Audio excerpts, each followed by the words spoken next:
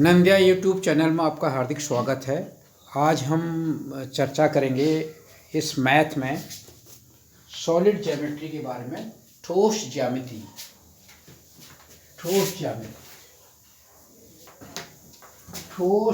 ज्यामिति क्या होती है या सॉलिड ज्यामिति। उसमें हम पृष्ठ का क्षेत्रफल, पृष्ठीय क्षेत्रफल और आयतन की बात करेंगे। अब जब हम ज्यामिति की बात करते हैं, जब हम बात करते हैं किसकी, ज्यामिति की, ज्यामिति यानी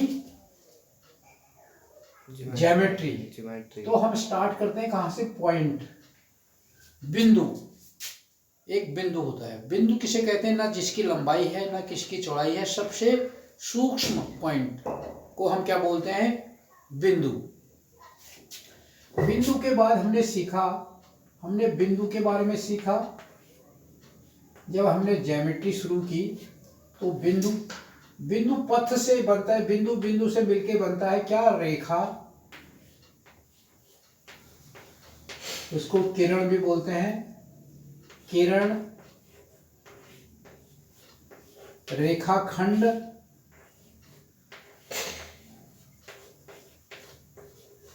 फिर रेखाखंड। उसके बाद हमने अब एक बिंदु से कई रेखाएं निकल जाती हैं, ये भी सीखा हमने। अगर एक बिंदु है उससे एक रेखा इधर को, एक रेखा इधर को, एक रेखा इधर को, एक रेखा इधर को, कई रेखाएं एक बिंदु से होके जा सकती हैं। ये चीजें हमने सीखी। उसके बाद हमने सीखा जब दो बिंदु के बीच से केवल एक ही रेखा जा सकती है। उसके बाद हमने ये सारी चीजें सीखी। फिर हमने एक और संबंध सीखा कि जब दो रेखाएं, एक रेखा ये है, एक रेखा ये है, एक बिंदु पर मिलती है तो ये क्या बनाती है, एक कोण बनाती है। तो हमने सीखा उसके बाद कोण के बारे में, एंगल के बारे में सीखा। कोण में भी हमने कई प्रकार के कोण सीखे। न्यून कोण जो 90 डिग्री से नीचे होता है, ये न्यून कोण होता है। उसके बाद सीखा हमने समकोण जो 90 डिग्री का होता है। फिर अधिकोण जो 90 डिग्री से ज्यादा का होता है, ये 90 प्लस होता है, 90 प्लस का होता है, उसे अधिकोण बोलते हैं। उसके बाद सीखा हमने क्या, रेखीय कोण जो 180 डिग्री का होता है। रेखीय कोण सीखा हमने। रेखीय कोण, अगर यहाँ पर बिंदु है और एक पूरा बन गया, एक लाइन इधर को चली गई, एक लाइन इधर, तो ये पूरा क्या होता है, 180 डिग्री का। तो ये हो गया रेखीय कोण। इसके बारे में हमने सीखा। उसके बाद हमने आगे सीखा पैरेलल लाइन, समांतर रेखाएं। समांतर जो दो रेखाएं हमेशा बराबर दूरी पर रहती हैं, कभी मिलती नहीं है, तो उनको बोलते हैं समांतर रेखाएं। उसके बाद हमने सीखा एक तिर्यक रेखा। ये इसको अगर काटती है तो उसे तिर्यक रेखा बोलते हैं। और इसके क्या होते हैं, अपोजिट एंगल बराबर होते हैं। ये एंगल बराबर होते हैं, ये एंगल इसके बराबर होता है, वो एंगल उसके। इनको सम्मुख कोण बोलते हैं, ठीक है। फिर आउटर एंगल बराबर होते हैं। ये एंगल जो होगा ये इसके बराबर होगा, ठीक है। ये एंगल इसके बराबर होगा। इस तरीके से इसमें रिलेशनशिप होता है। ये हमने उसमें पढ़ा जब हम रेखाओं के बारे में पढ़ रहे थे। उसके बाद हमने सीखा एक क्लोज डायग्राम के बारे में। जैसे अगर हम तीन रेखाओं को मिला देते हैं तो ये क्या हो जाता है, तीन त्रिभुज। तीन रेखाओं का एक बंद, जब तीन रेखाओं का एक बंद आकृति बनती है तो ये उसको बोलते हैं त्रिभुज। क्या है, ये क्लोज है, त्रिभुज। इसमें तीन भुजा हैं और तीन ही कोण है, तीन ही वर्टेक्स कॉर्नर है, तो इसको बोलते हैं त्रिभुज। ये सीखा हमने। इसके अंदरूनी कोणों का सम कितना होता है, 180 डिग्री, ठीक है। इसका क्षेत्रफल निकालना सीखा हमने।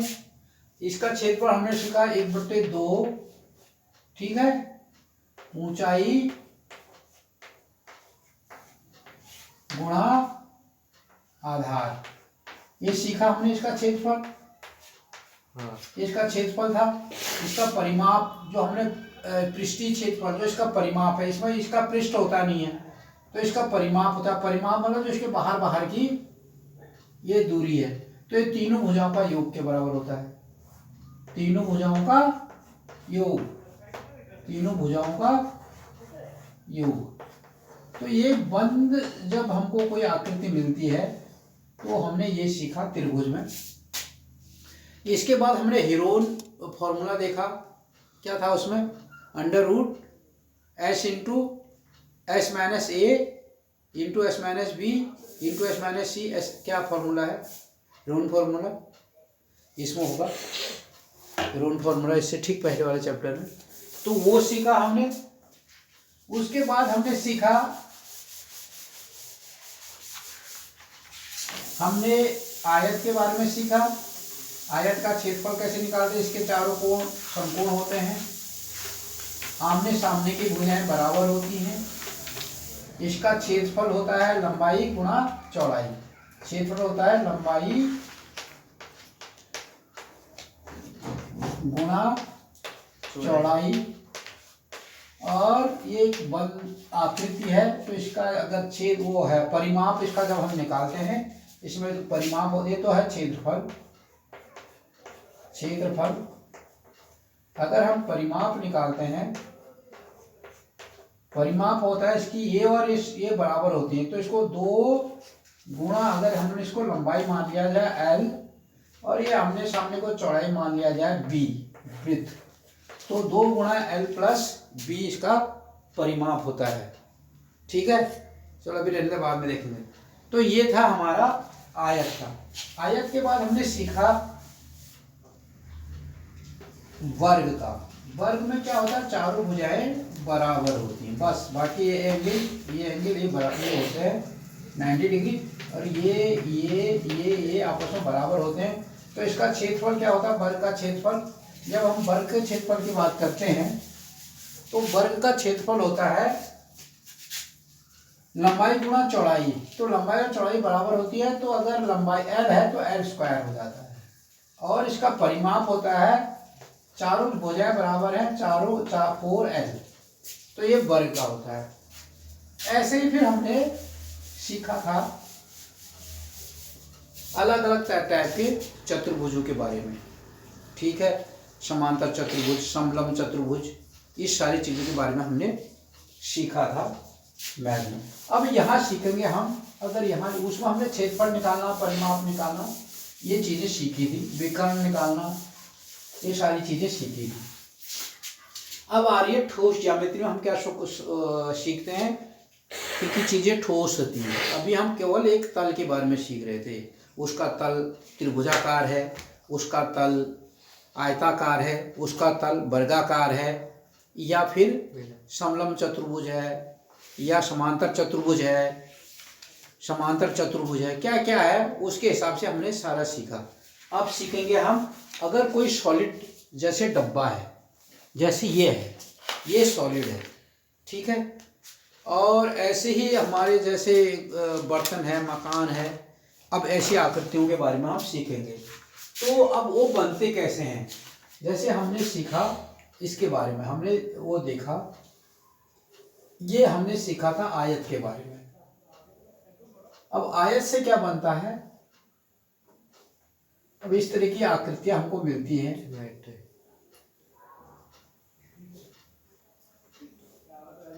ये आकृति, अब इसमें क्या है, लंबाई भी है, चौड़ाई भी है और ऊंचाई भी है, तो इनको क्या बोलते हैं, सॉलिड। अब इसमें क्या हो जाएगा कि ये बर्तन, जैसे हमारे बर्तन है, कमरा है, अलग अलग तरह की ऐसी आकृति जिसके अंदर कोई चीज़ आके समा सकती है, तो उनका हमें क्या निकालना होता है, पृष्ठीय क्षेत्रफल और आयतन। अब जैसे हमारा फ्रिज के अच्छे, जैसे ये है, ये क्या है, एक आयत है। इसमें अगर हम सामने देखें, ये भी आयत है, इधर देखें ये भी आयत है, इधर देखें ये भी आयत है, ये भी आयत है, ये भी आयत है। तो ये 6 आयतों से बना हुआ है एक आकृति। हमने एक आयत लिया, ठीक है, इसके पीछे दूसरा आयत हो गया। सपोज दूसरा आयत इसके पीछे, ये इतने पीछे और इसके पीछे ठीक इससे नीचे बन गया। इसके सामने एक ये बना, ये वाला इसका अपोजिट ये है, इसका ठीक इसके पीछे है, ठीक है, इसका जो दूसरा सरफेस है इसके पीछे है, ठीक है, और ये आ गया इधर वाला जो सरफेस है ये वाला इसका ये हो गया सामने। तो एक इसके पीछे हो गया 2, ये हो गया 3, ये हो गया 4, ये हो गया 5, ये हो गया 6। ये बराबर है आपस में। अब इसमें क्या है, आमने सामने वाले बराबर है, आमने सामने वाले बराबर है। तो इसलिए अब इसमें क्या बने, इतने आयत बने, इतने क्या बने, आयत। तो हमको अगर पृष्ठीय क्षेत्रफल निकालना है तो हमको ये 6 आयतों का क्या निकालना पड़ेगा, क्षेत्रफल निकालना पड़ेगा, ठीक है। तो हमें क्या पता है कि दो क्या है, आमने सामने के आयत बराबर है, आमने सामने के आयत बराबर है, तो उसका पृष्ठीय क्षेत्रफल क्या होगा। अब इसे क्या बोलते हैं, घनाभ। इसे बोलते हैं घनाभ, ठीक है, घनाभ बोलते हैं। तो इसका पृष्ठीय क्षेत्रफल क्या होता है, पृष्ठीय क्षेत्रफल होगा घनाभ का L³ 3। अब हमने बताया कि आयत का दो आयत बने हैं, तो 1 2 गुणा आयत का क्षेत्रफल क्या होता है, L गुणा B, लंबाई गुणा चौड़ाई और प्लस, ठीक है। तो वो डबल है तो 2 हो जाएगा, 2 है। दूसरा क्या है, इसमें ऊंचाई हो जाएगी, तो दूसरा होगा B गुणा H। तीसरा क्या है इसमें, L गुणा H। तो ये इसका पृष्ठीय क्षेत्रफल होगा। इसको हम बराबर करेंगे, 2 को बाहर निकालेंगे, L³ होगा। इनको तीनों को अगर जोड़ देंगे, इनको सबको जोड़ देंगे, ये अगर प्लस और प्लस हो जाएगा, तो ये 2 बाहर आ जाएगा, तो इसमें बचेगा L into B plus B into H plus क्या H इंटू L। ये इसका पृष्ठीय क्षेत्रफल होगा, ठीक है। L³ भी तो ये होगा, ये पृष्ठीय क्षेत्रफल निकालना है अभी। तो ये अब इसका जैसे हमको आयतन निकालना हो, आयतन हमने आयतन में निकालना, तो आयतन कैसे निकालते हैं, तो आयतन में ये करते हैं कि हम पहले एक पृष्ठ का क्षेत्रफल निकालते हैं, और उसमें उसका पूरे का जो अंदर उसका स्पेस है उसका पूरा क्षेत्रफल निकालते हैं। पूरा स्पेस का क्षेत्रफल निकालने के लिए उसके एक पृष्ठ के क्षेत्रफल को उसकी ऊंचाई से मल्टीप्लाई कर देते हैं, वो उसका आयतन हो रहा है। जैसे हम क्षेत्रफल निकालते हैं, तो आयतन इक्वल टू क्या होगा, आयतन बराबर हो जाएगा L गुणा B हो गया एक पृष्ठ का क्षेत्रफल, फिर उसको हम H से गुणा कर देंगे, तो कंप्लीट अंदर जो इसका एरिया होगा, खाली एरिया, उसका क्षेत्रफल निकल जाएगा। और ये होगा उसके क्यूब में, जैसे ये सब क्षेत्रफल आ रहा था किसमें, वर्ग में आता था, सेंटीमीटर वर्ग लिखते थे, मीटर वर्ग लिखते थे, ठीक है, या सीएम वर्ग या मीटर वर्ग लिखते थे, ठीक है। तो इसको क्या लिखेंगे, सेंटीमीटर क्यूब घन या मीटर घन, क्योंकि 3 बार हो रहा है, 3 बार मल्टीप्लाई हो रहा है ना, तो घन हो जाएगा। ये 2 बार ही हो रहे हैं, यहाँ भी 2 हो रहा है, यहाँ भी 2 बार हो रहा है, यहाँ भी 2 बार हो रहा है, बाकी जुड़ रहा है, तो वो घन होगा। तो ये था आपका घनाभ का।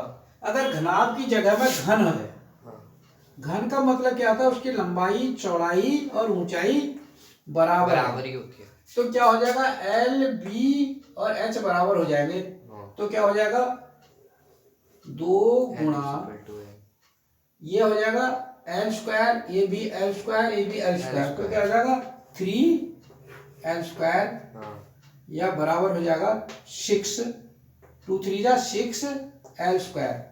जैसे हमारे उसमें आता था, हम जब वर्ग का वो निकालते थे क्षेत्रफल, तो क्या हो जाता, साइड का स्क्वायर होता था। अब इसमें 6 साइड है तो 6 एल स्क्वायर हो गया, 6 एल स्क्वायर। अगर इसका वो निकालना है वॉल्यूम, ये तो था पृष्ठीय क्षेत्रफल घनाभ का, पृष्ठीय क्षेत्रफल, पृष्ठीय क्षेत्रफल, ठीक है, ये उसका घनाभ का था। अब आयतन, घनाभ का आयतन निकालेंगे तो इसकी लंबाई चौड़ाई और ऊंचाई बराबर है, तो आयतन में क्या हो जाएगा, लंबाई चौड़ाई ऊंचाई सब बराबर है, तो क्या हो जाएगा एल क्यूब, तो ये हो जाएगा सीएम क्यूब या मीटर क्यूब, वी, ये हो जाएगा सीएम स्क्वायर या मीटर स्क्वायर। तो ये था आपका कैसे निकालते हैं आयतन और पृष्ठीय क्षेत्रफल किसका, घनाभ और घन का। अब अलग अलग टाइप के क्वेश्चन दिए होंगे, उसमें आपको हाइट देखनी है, वो देखनी है, ये सारा करना पड़ेगा। तो ये हमारा जो है चैप्टर क्या है, कौन सा 13 का है, 9th का, और उसका जो एक्सरसाइज होंगे वो सब इसी पर आधारित होंगे, उसमें आपको ये देखना है कैसे क्या निकालना है करके। तो ये था, अगर आपने ये चैनल सब्सक्राइब नहीं किया तो इसको सब्सक्राइब कीजिए, बेल का आइकन भी दबाइए, ताकि जैसे हम वीडियो अपलोड करें उसकी इन्फॉर्मेशन आपको मिले। और अगर आपको ये वीडियो अच्छी लगी तो इसको लाइक करें और अपने दोस्तों के साथ शेयर करें।